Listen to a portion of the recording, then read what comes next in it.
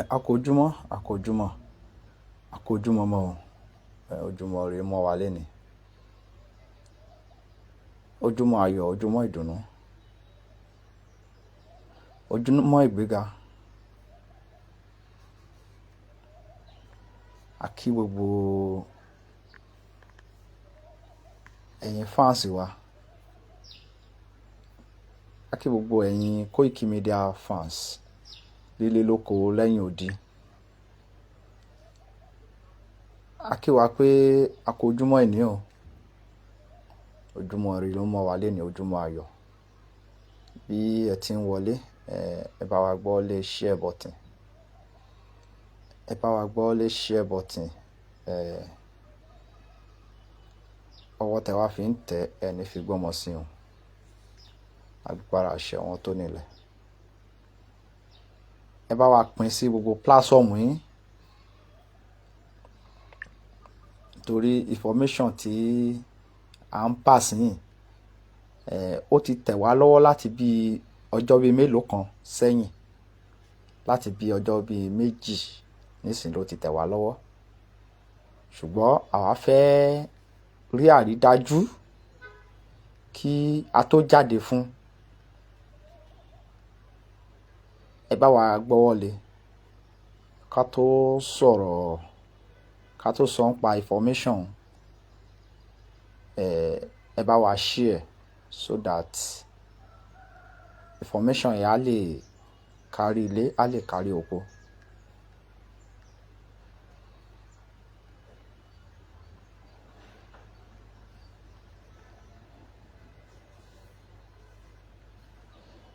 A kú ojúmọ́ lẹ́ẹ̀kan sí. A kí gbogbo èèyàn olólùfẹ́ wa pé a ní báráyé fọwọ́ tì.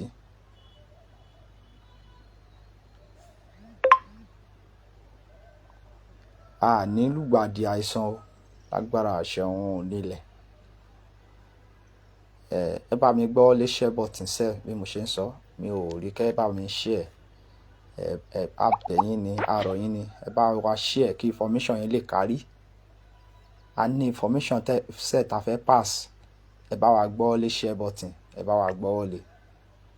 So that information tí a fẹ́ pass yìí, a mẹ́ni tó máa save.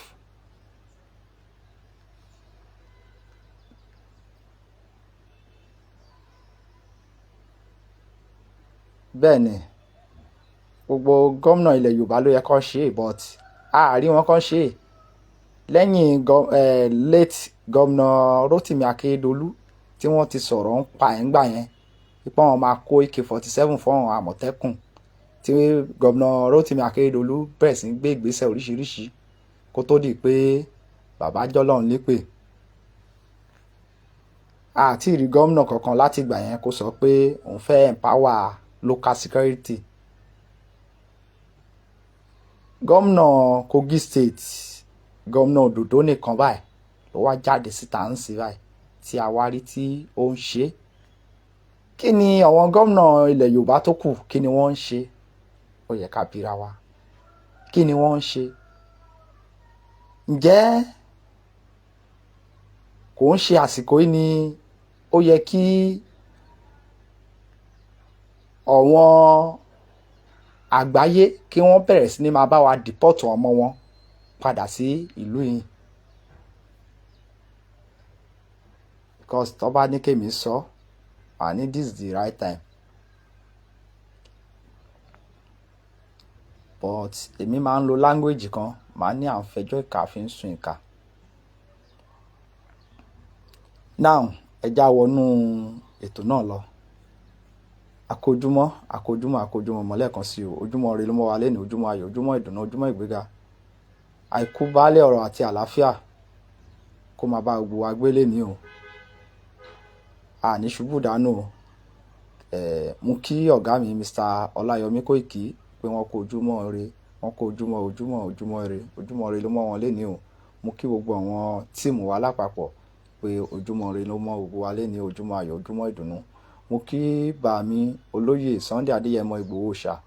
Bàbá, ojúmọ́ ire ló mọ́ yín lénìí, ojúmọ́ ayọ̀, ojúmọ́ ìdùnnú. Bẹ́ẹ̀ ni mo kí bàbá wa olórí oko bámbà Professor Adébánjí Akíntóyè pé bàbá àkójúmọ́ mọ́ ojúmọ́ rẹ ló mọ̀ gbóyin lẹ́ni ojúmọ́ ayọ̀ ojúmọ́ ìgbéga.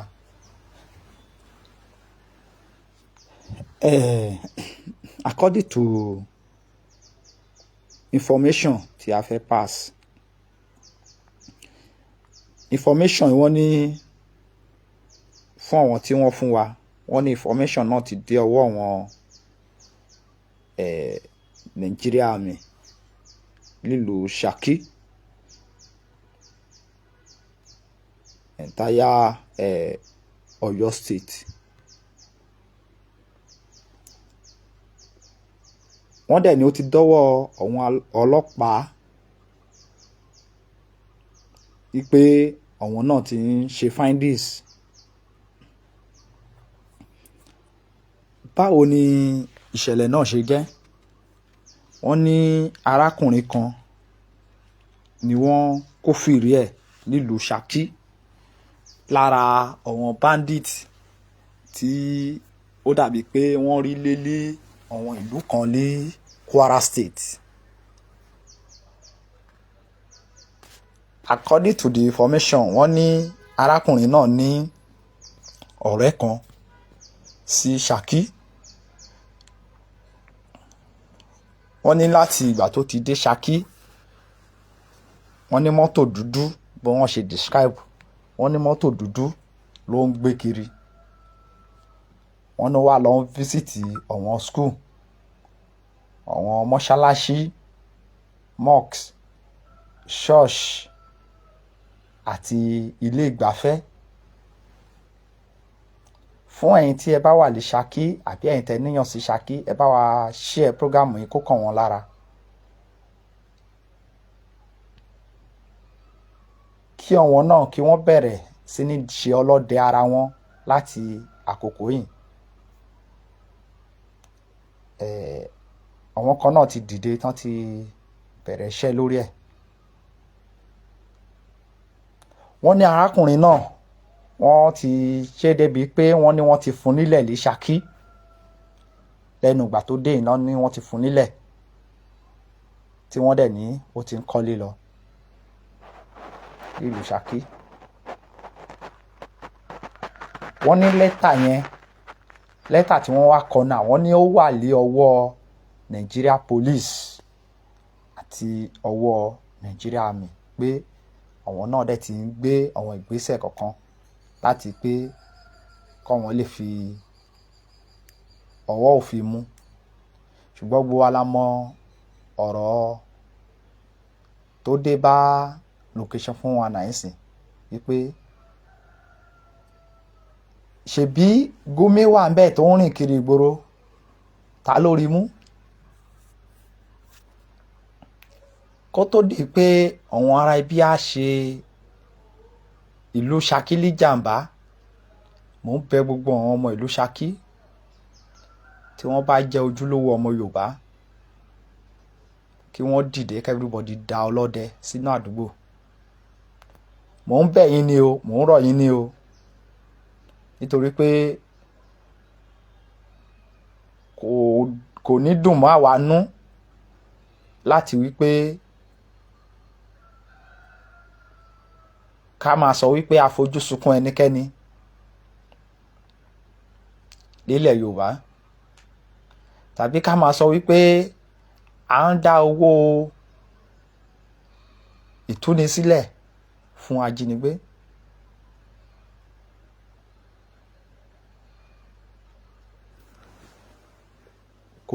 Kò ní dùn mọ́ wa nú, nítorí pé wọ́n fẹ́ sọ, ó ti fi ń wọ̀n wípé wọ́n fẹ́ sọ ilẹ̀ Yorùbá di ohun tí wọ́n sọ àwọn Haúsá dà, tó jẹ́ pé bárà ni wọ́n máa ń gbà kiri.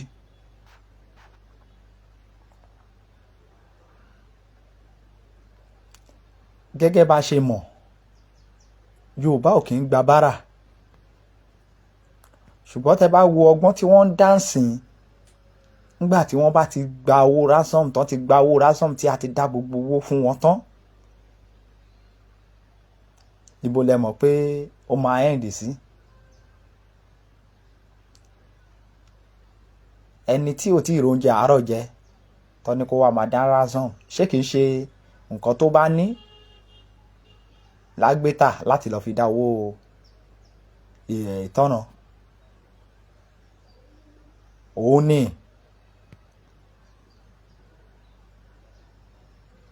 So that wọ́n fẹ́ sọ Yorùbá dá ohun tí wọ́n dà.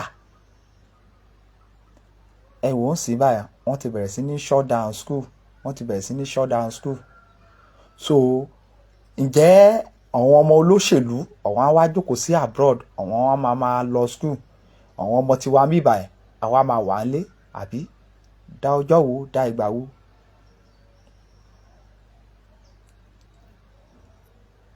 By now kò sí gómìnà ilẹ̀ Yorùbá yàtọ̀ sí bọ̀bọ̀ Kogi state yìí, torí pé tá bá rohùn tọ́ a gbọ́dọ̀ sọ. Only Kogi state governor Ismail Ododo, arákùnrin yẹn nìkan la sì rí by now tí ó take action níwọ̀nba. Tí ẹ bá wo àwòrán tí ẹ̀ ń wò yìí,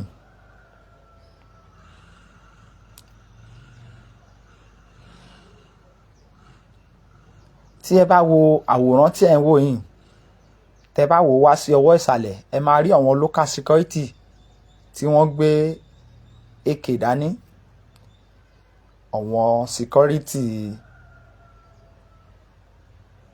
Kogi state nìyẹn lọ́wọ́lọ́wọ́, tí wọ́n jẹ́ local security. Ṣé mọ̀ pé àwọn nǹkan tí ó yẹ kí àwọn gómìnà ilẹ̀ Yorùbá ti máa ṣe nìyí, tí a rí kankan nú wọn? Nísìnyí báyìí bọ́jẹ̀tì ni gbogbo wọn ń gbé kiri. Ẹ̀mí àwọn ará ìlú tí wọ́n ń ṣèjọba lé lórí kò jọ wọ́n lójú, ṣùgbọ́n ó rọrùn fún wọn láti gbé ọmọ tiwọn láti gbé lọ abroad. Ó rọrùn fún wọn, bẹ́ẹ̀ ni ó dẹ̀ rọrùn fún àwọn náà láti rí pé kí gbogbo wọn lọ máa ra private jet tí wọ́n máa fi sá lọ tó bá ti di kàsàlà tán. Ṣùgbọ́n ọba mi Èdùmàrè tó ṣílẹ̀kùn ọjọ́ ìní, ìṣẹ̀lẹ̀ tá a ṣẹlẹ̀ tí wọ́n fi ní rójú, tí wọ́n fi ní ráyè láti sá lọ anywhere, ọba mi Èdùmàrè á jẹ́ kó ṣẹlẹ̀. Nítorí ìbí tí a bẹ́rú lábọ́mọ, ìbí tí a ṣe kí ni, ìbí tí a bí ẹrú òun la bí ọmọ. Fún ẹ̀yin tẹ́ wà lé abroad, mo ní believe pé this is the right time tó yẹ kí gbogbo ọmọ Yorùbá tó bá wà lé abroad kí wọ́n bẹ̀rẹ̀ sí ní lọ máa protest lọ́wọ́n airport yín wípé ẹ fẹ́ any politician, any ọmọ politician kankan kó wọ ìlú yín mọ́, kó wọ ọ̀dọ̀ yín yẹn mọ́. Mo ní believe pé this is the right time, because nǹkan tó ń ṣẹlẹ̀ náà a rí pé ó ti wọ̀n sí àjọ àgbáyé, bó tẹ̀ ṣe jẹ́ pé ẹjọ́ ìkà náà la ṣe fi ń sun ìkà àmọ́, but mo ní believe pé àsìkò yìí ni ó yẹ kí gbogbo yín kẹ́ bẹ̀rẹ̀ sí ní lọ máa fi ẹ̀hónú yín wọ̀n lọ́wọ́n airport yín.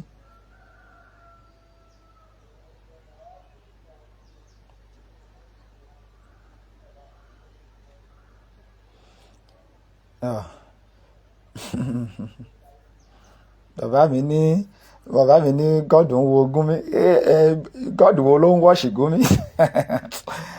Ẹ wo, ṣé mọ̀ pé Gúnmi náà a máa sọ fún yín pé òun gan náà ń lọ́lọ́run. Àṣírí ni sà, àṣírí ni.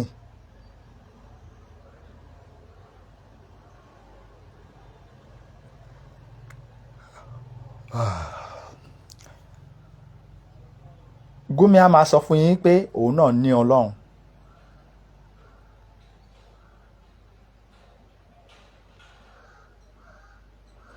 àwa ni ká mọ ibi tí à ń lọ.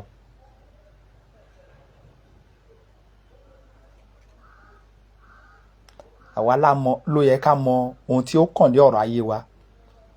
Ẹ wo Rivers State tí wọ́n wọ̀ ní bí 3 days ago. Ẹ wo bí Rivers State ṣe kojú ìjà sí wọn. Ẹ wo bí Rivers State, ẹ wo ipa takuntakun tí Rivers State kó ní that very day tí wọ́n wọlé sí ọ̀hún.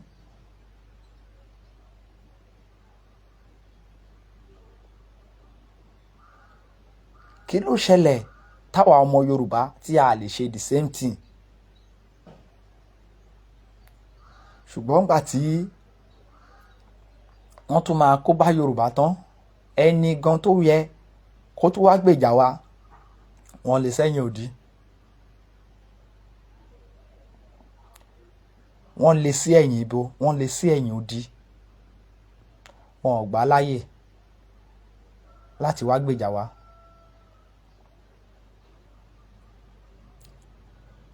Ní ọjọ́ ìsinmi, a rí wípé wọ́n yọ̀ǹda àwọn tí wọ́n kó nínú ṣọ́ọ̀ṣì ní Kwara State nígbà tó máa da alẹ́ Monday kan ni àbí alẹ́ Tuesday, wọ́n padà wá sí the same local government yẹn but not the same town. Wọ́n padà lọ sí the same local government tí wọ́n ti abduct 38 members of church. Wọ́n padà lọ sí the same local government yẹn. I thought orúkọ ìlú náà ó dà pé ṣé Ìṣàpá àbí Ìṣàpá in Ekiti local government Kwara. Ó dà pé Ìṣàpá tí n bá ní get it wrong. Ìṣàpá lórúkọ ìlú náà. Ní alẹ́ ọjọ́ yẹn tí information yẹn tó tẹ̀ mí lọ́wọ́ tí wọ́n bẹ̀rẹ̀ sí ní operate yẹn, ẹnìkan tẹ̀ sọ fún mi pé irọ́ ni, pé fake news ni. Mo wá ní kì í ṣe fake news. Ó ní fake news ni. Mo ní okay. Mo ní mi ní sọ anything mọ́, tójú bá ti mọ́ wàá understand. Ṣùgbọ́n ìgbà tó máa da second day, ó fúnra ara ẹ̀ ló tiẹ̀ mẹ́sẹ̀gì mi pé news alẹ́ àná yẹn tí mo rí yẹn pé òun tọ́ mà ní, bẹ́ẹ̀ náà ló má ṣe rí.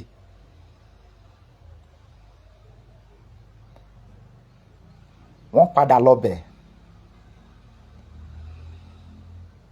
wọ́n padà kó èèyàn 10.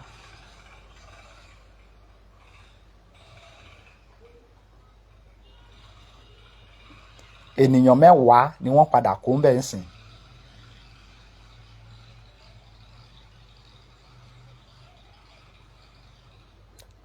Ibẹ̀ láti rí aláboyún. According to the information, wọ́n ní aláboyún wà lára wọn tán kó náà. Ǹjẹ́ ẹ̀kọ́ tí wá ń fojú múmu wọn wípé àwọn ará ibi wọ́n fẹ́ sọ Yorùbá da ẹni tí ò ní ní kankan mọ́, táwa máa gba bára bíi tiwọn. Ṣùgbọ́n ọba mi Èdùmàrè ò ní jẹ́ kó ṣeéṣe kó rí bẹ́ẹ̀ o. Ẹ bá mi share ètò yìí, ẹ bá mi share, ẹ bá mi gbọ́ léṣẹ́ bọ̀tì ọwọ́ tẹ̀ fi ń tẹ̀ ní fi gbọ́mọ sí lágbára àṣẹ Èdùmàrè. Ẹ ní kó sọ́wọ́ ajínigbé ò ní gbé yín o. Ẹ bá mi share. Gbogbo ẹ̀yin olólùfẹ́ wa, àkójúmọ́ ire lẹ́ẹ̀kan sí. Ẹ̀yin tí ẹ wà ní abroad, à ń bẹ̀ yín, à ń rọ̀ yín. Ẹ bá wa gbé ìgbésẹ̀ látara wípé kẹ́ lọ sí àwọn ẹ́mbáàsì yín, ẹ́mbáàsì Nàìjíríà tó bá wà nílùú yín, airport, ẹ lọ bá wa máa protest níbẹ̀ wípé ẹ wá Nigeria politician mọ́, kán padà sílùú wọn, so that bóyá tí àwọn ìlú tẹ wà yẹn tán bá wa rí àwọn ọmọ wọn lé wá síbí, àjọ wa gbà pé everybody jọ fẹ́ kú papọ̀ ni. So a máa mọ̀ pé everybody ló ti wà nú ewu, bọ̀ kì í ṣe wípé ẹni tí ó ń jẹ mùlá orílẹ̀-èdè Nàìjíríà tó ń kówó Nàìjíríà jẹ, kí ibi tó wà ń bẹ̀ kó wá fẹ́ ṣẹlẹ̀ kó má wá dé bá àwọn ọmọ ẹ̀, àfẹ́rú ẹ̀. Ẹ jẹ́ kí àwọn ọmọ wọn wà ń bíbà yìí pẹ̀lú wa.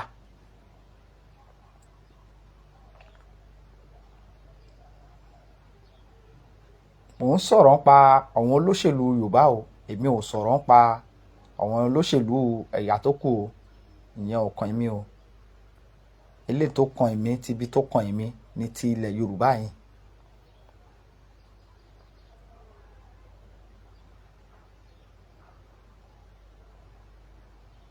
Ẹ wo Rivers State ní ìjẹta, wọ́n defend ara wọn. Ẹ wo bí òkú àwọn ará ibí bá ṣe sùn. Ṣùgbọ́n tó bá jẹ́ wípé ilẹ̀ Yorùbá ní ẹnìkan ti defend ara ẹ̀ bẹ́ẹ̀, wọ́n á ti fi páńpẹ́ òfin gbé ń sìn. Tó túmọ̀ sí wípé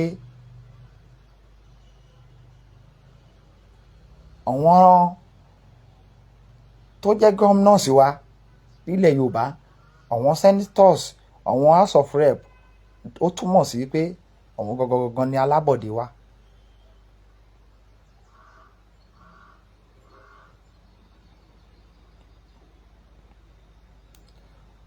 Olóyè Sunday Adéyẹmọ Ìgbòho Òòṣà, wọ́n ní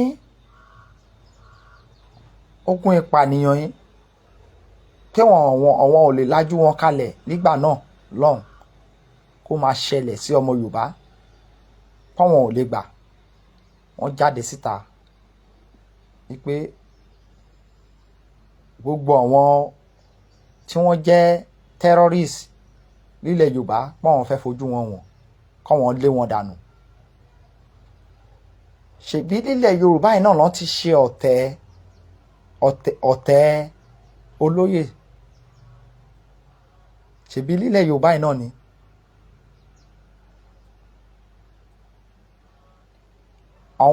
Àwọn Niger Delta ń sìn, wọ́n ń sọ, wọ́n ní kí àwọn bandits máa bọ̀, wọ́n ní kó máa bọ̀, wọ́n náà wọn ò bẹ̀rù wọn, wọ́n ní kó máa bọ̀.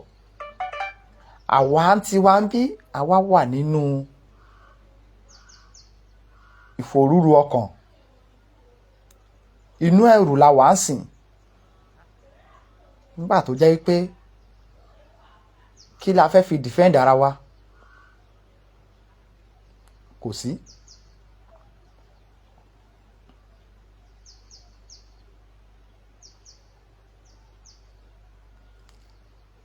Bàbá Ìbà Gani Adams tó yẹ káwọn náà kan tún gbégbésẹ̀, àwọn náà ń pariwo fún wa wípé kí federal government fún wọn ní order, kí federal government fún wọn lọ́dà, kí federal government fún wọn lọ́dà.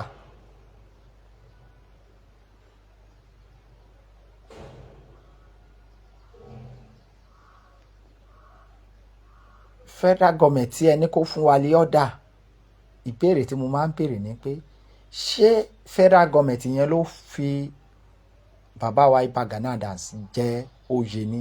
Ṣé oyè ààrẹ ọ̀nà kakanfò, ṣé wọ́n ti shift ẹ̀ kúrò nílùú Ọ̀yọ́ ni? Ṣé wọ́n ti shift ẹ̀ lọ Aso Rock Àbújá ni tó ti da political appointee?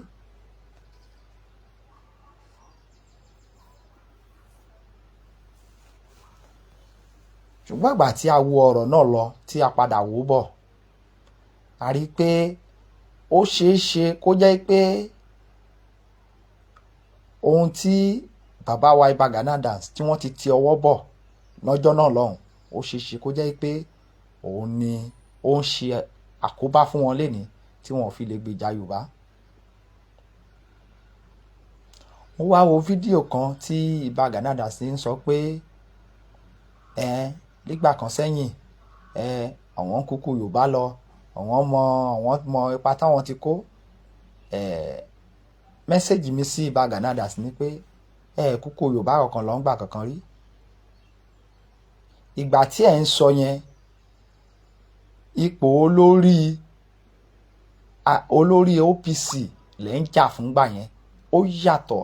Jà fún Yorùbá ń gbà yẹn, ń jà fún ipò nígbà yẹn. Lára àwọn tí wọ́n dẹ̀ bá yín ja ìjà yẹn gbà yẹn tí a mọ̀ délé dáadáa, wọ́n ṣàlàyé bí ó ṣe jẹ́. Ìbà Gani Adams, mo níbìlì pé this is the right time sir láti pé kẹ́ stop ọ̀rọ̀ orí mídíà tẹ̀kọ̀ máa ń sọ kiri falafala. Tí ẹ bá pọ́nra yín lé, this is the right time. Good and fine, a mọ̀ pé wọ́n ti kọwọ́ yín bọ ṣọlọ̀, lè gbèjà wa. Ṣùgbọ́n ṣe rí àwọn ọ̀rọ̀ kùbákùgbé, àwọn kinní kan kẹ́ máa sọ pé kinní kan nígbà kan sẹ́yìn Yorùbá náà lẹ́ ń jà fún, ikú Yorùbá lẹ́ ń kú lọ, kúkú Yorùbá kankan lọ, gbogbo ẹnu ni mo fi lè sọ. Ń jà fún ipò ńgbà yẹn ní ipò, ẹ fẹ́ di olórí OPC ńgbà yẹn ni.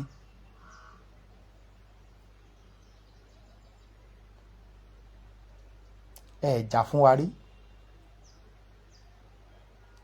Àbí ṣé ìgbà tí ìjọba àná ṣé ó ti da ìjọba ṣé ìjẹta lẹ́nu báwọn lọ ṣe ń sọ, bóyá ìjọba ìjẹta tí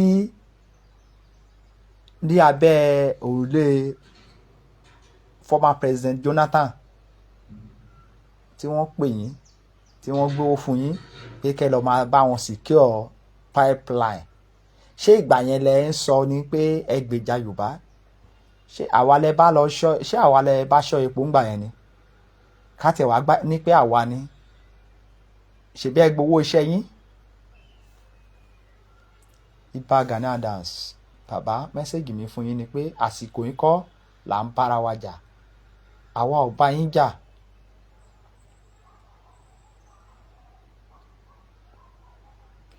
Bẹ́ẹ̀ ni, Sàrídòkunbọ̀ iṣẹ́ takuntakun ló ń ṣe lọ́wọ́lọ́wọ́ náà. Mi ì tiẹ̀ láìkì ọmọkùnrin yẹn tẹ́lẹ̀. Ṣùgbọ́n ó lọ́jọ́ bíi mélòó kan sẹ́yìn ó jáde síta, ó ṣe fídíò, ó lọ́wọ́n rẹ́dì pẹ̀lú Fúlàní, ó ní kó máa bọ̀, ó ní wọ́n rẹ́dì. Kò tiẹ̀ pẹ́ sí Fúlàní wọlé sí ọ̀dọ̀ wọn. Òkúlẹ̀lẹ́jà ń tà. Òkúlẹ̀lẹ́jà ń tà. Bẹ́ẹ̀ ni. So kí ni mo wá ń bá lọ ní pé Ìbà Gani Adams, mi rò bẹ́ẹ̀ ni pé ó yẹ kẹ́ máa jáde síta by this time. Tẹ́ ẹ̀ bá lè gbèjà wa, ẹ nílò àti wá máa ṣe Minister of Information orí afẹ́fẹ́ kankan, nílò ẹ̀. Àwa ò sọ̀rọ̀ sí yín o, because àkókò yìí àtẹ̀ nílò àti bá ẹnikẹ́ni jà. A nílò àti bá ẹnikẹ́ni jà. A sì máa gbójú agọ síra wa lẹ́ẹ̀kọ̀kan náà o. Ṣùgbọ́n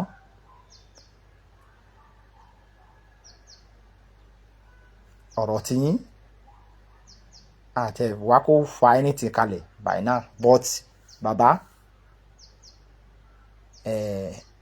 ọmọ Yorùbá ò nílò yín lórí afẹ́fẹ́.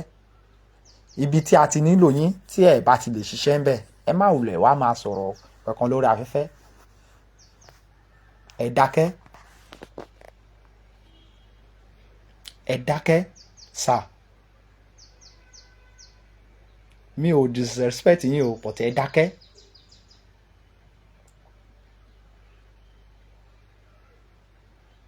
ìjẹ́ àwọn ọmọ bíbí inú yín gan ìjẹ́ wọ́n ti wà nínú ìlú ìṣá mi ì rò bẹ́ẹ̀ torí pé tán bá wà nínú ìlú yìí ọ̀rọ̀ ìlú yìí máa ká yín lára ju bẹ́ẹ̀ ṣe ń mú yín lọ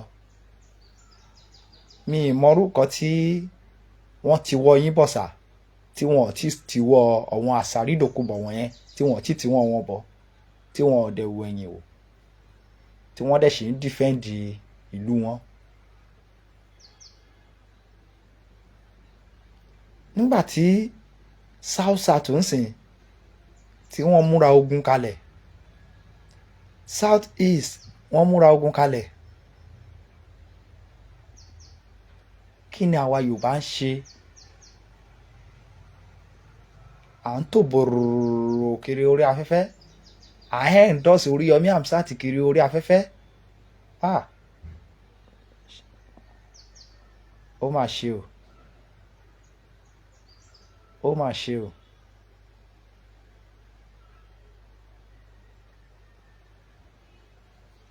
brọ́dà mi kan ó ń sọ fún mi lé àárọ̀ yìí pé Queen Ara ìyá wa Queen Ara pé wọ́n ti ṣiṣẹ́ takuntakun good and fine a mọ̀ pé wọ́n ti ṣiṣẹ́ takuntakun but mi rò bóyá ó ní nǹkan tó yẹ kó mú wọn kí wọ́n lọ máa sọ wípé wọ́n endorse olóṣèlú kankan. mo wá rìmẹ́mbà brọ́dà mi yẹn wípé ṣé o rántí pé ẹni tó jẹ́ Nigeria president lónìí ó ti fìgbà kan jẹ́ òun náà ti fìgbà kan ṣiṣẹ́ takuntakun fún Yorùbá before kó tó darapọ̀ mọ́ òṣèlú torí gbogbo alárí ńgbà yẹn tí bàbá ń pariwo Oòduà Republic Oòduà Republic ẹjá pé ọ̀dàlẹ̀ lé ọ̀dàlẹ̀ bẹ́ẹ̀ ni ẹjá pé kí ni ẹjá pé ọ̀dàlẹ̀ lé ọ̀dàlẹ̀ wọn ò lórúkọ méjì.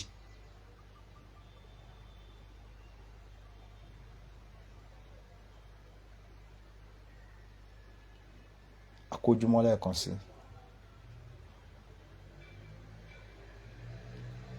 ìlú Ṣakí mo padà sí ọ̀dọ̀ yín o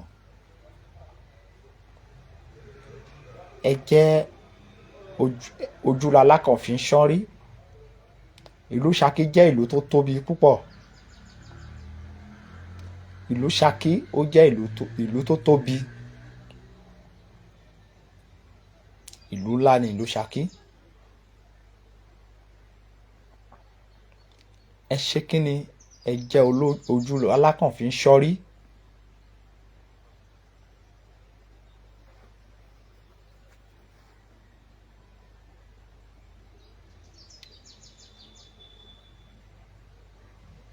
by now ẹ jẹ́ kí ìlú kọ̀ọ̀kan ẹ jẹ́ ká lọ gẹ́tì drone ẹ jẹ́ ká lọ gẹ́tì drone ká máa fi mọ́nítọ̀ wọn inú igbó wa ẹ jẹ́ ká lọ gẹ́tì drone ká máa fi mọ́nítọ̀ àwọn inú igbó wa.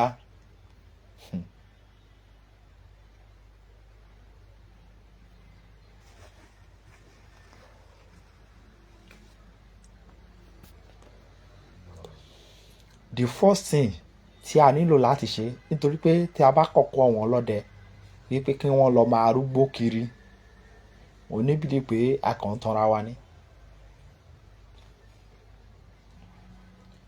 ẹni tí a ní kó lọ fèsì ajínigbé nugbó tó ti rìn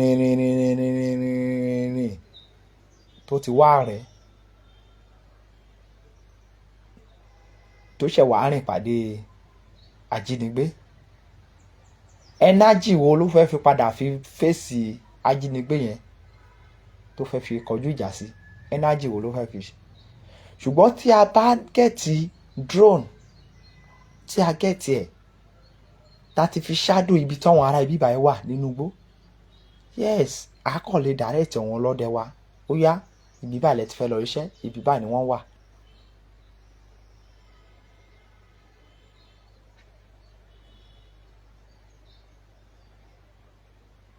èló ló ń ta àwọn drone tá à ń sọ yìí sí kíní ṣéǹjì náà ni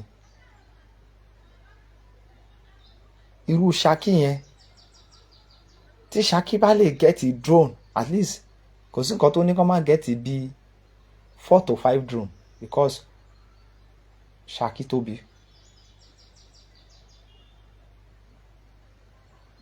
tí wọ́n bá gẹ́ẹ̀tì ẹ̀ ó máa rọrùn fún wọn láti mọ ibi tí ajínigbé farapamọ́ sí. ó máa rọrùn fún wọn láti mọ ibi tí àwọn agbésùmọ̀mí tí wọ́n farapamọ́ sí.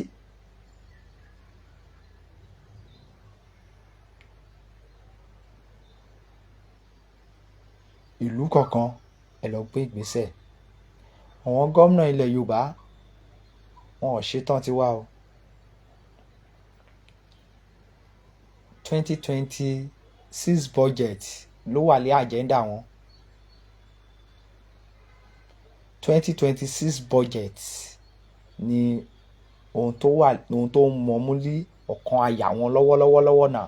ẹ bá rí àsìkò iná máa ń kọ budget tí wọ́n wá lọ submit ẹ̀ lé House of Assembly wọn. 2026 budget ló wà lé ọ̀kan àyà wọn. wọ́n ṣe ń pa yín kò sí lọ́kàn àyà wọn. nǹkan ẹyọ kan tí wọ́n kàn gbé ìgbésẹ̀ sí ni pé bí wọ́n ṣe gbọ́ wípé bí ajínigbé ṣe sọ wípé àwọn olóṣèlú ló kàn táwọn fẹ́ máa jí gbé. ẹ rí i pé etí wọn là ń gbà yẹn.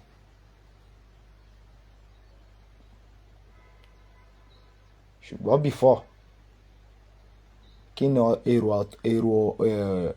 ọ̀rọ̀ ètò ààbò tí wọ́n pèsè fún èmi àtiwọ́? kò sí.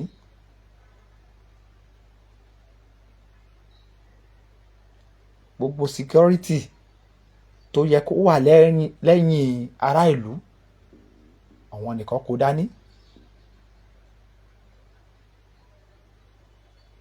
látàrí pé wọ́n ń lòpọ̀ agbára wà lọ́wọ́ wọn. kò dẹ̀ sí ẹ̀dá alààyè kan tó dágbára jọ Ọlọ́run lọ.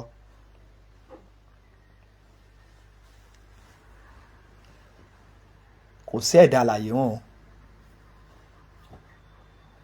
nítorí pé a ti rí àwọn olóṣèlú kan àwọn adarí ìlú kan tí wọ́n ti lòpò tí wọ́n ń lo ipò náà bẹ́ni tí ò ní kú mọ́. ṣùgbọ́n ìgbà tó yá ń kọ́ kò sẹ́ni tọ́lọ́run ò lè mú. ẹni tí Ọlọ́run ò lè mú Ọlọ́run fúnra ara ẹ̀ ò tí ì dá.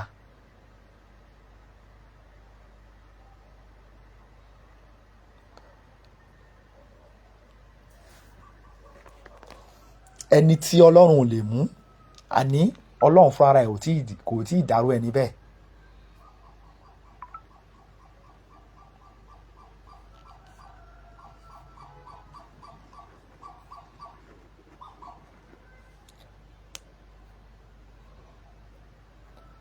tẹ bá máa fi rí bíi ọjọ́ bíi mélòó kan sí ẹ máa rí gómìnà Ondo State, Èkìtì, Kwara, Ogun State, Lagos State, Ọ̀yọ́ State ẹ ti lọ drop títẹ̀. ẹ máa rí gbogbo wọn á lọ mọ submit bọ́jẹ̀tì wọn. owó táwọn fẹ́ kó ló jẹ wọ́n lógún. ẹ̀mí yín ò jẹ wọ́n lógún. nígbà tí àwọn other region tó kù tí wọ́n bá múra kalẹ̀ tí wọ́n ti múra ogun kalẹ̀ táwa dẹ̀ ń wọ́kùrù lójú kan tí kò sí ìgbésẹ̀ kankan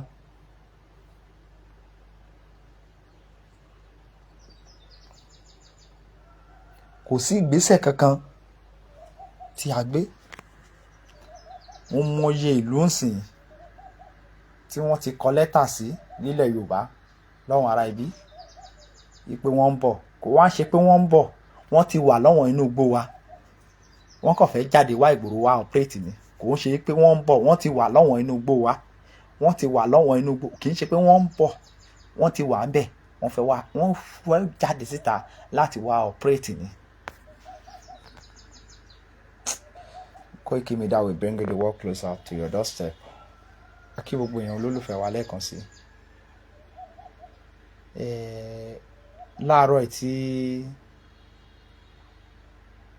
wọ́n fún wa lé information yẹn pé ó dá lẹ́tà ti wà ní ọwọ́ àwọn Nigeria Army àti Nigeria Police o ní ìlú Ṣakí. Àwa ní ó dá káwa jáde síta ká pass information yìí pé ó wá kù sí ọwọ́ àwọn ará ìlú o, nítorí pé ikú tí ó bá fẹ́ pààyàn tó ṣíyàn fìlà, mo ní believe pé àmì ló sọ fún yàn yẹn. Ẹni ńlá wa mọ ìgbésẹ̀ tó yẹ kó gbé láti lè escape ẹ̀. Ẹ múra kalẹ̀ o, ẹ múra kalẹ̀, ẹ má jẹ́ kán fi religion tàn yín jẹ o, ẹ múra kalẹ̀ o, nítorí pé èmi á máa bèrè wípé àwọn churches tí wọ́n ń lọ, báwo làwọn pastor wa, báwo náà ṣe escape. Bàbá wa olùṣọ́ àgùntàn kan ti jáde síta, ó ní má jẹ́ kán fi nǹkan kan tàn ẹ́ jẹ o, ó ní lọ dira, ó ní ìyẹn ò dá ìgbàgbọ́ ẹ̀ dúró o, ìyẹn ò ṣe kíni, kò dá ìgbàgbọ́ ẹ̀ dúró. Ó ṣeé ṣe tí wọ́n bá yìn ẹ́ tí ò wọlé tó rí bí ságbà tó sá lọ, it's better o,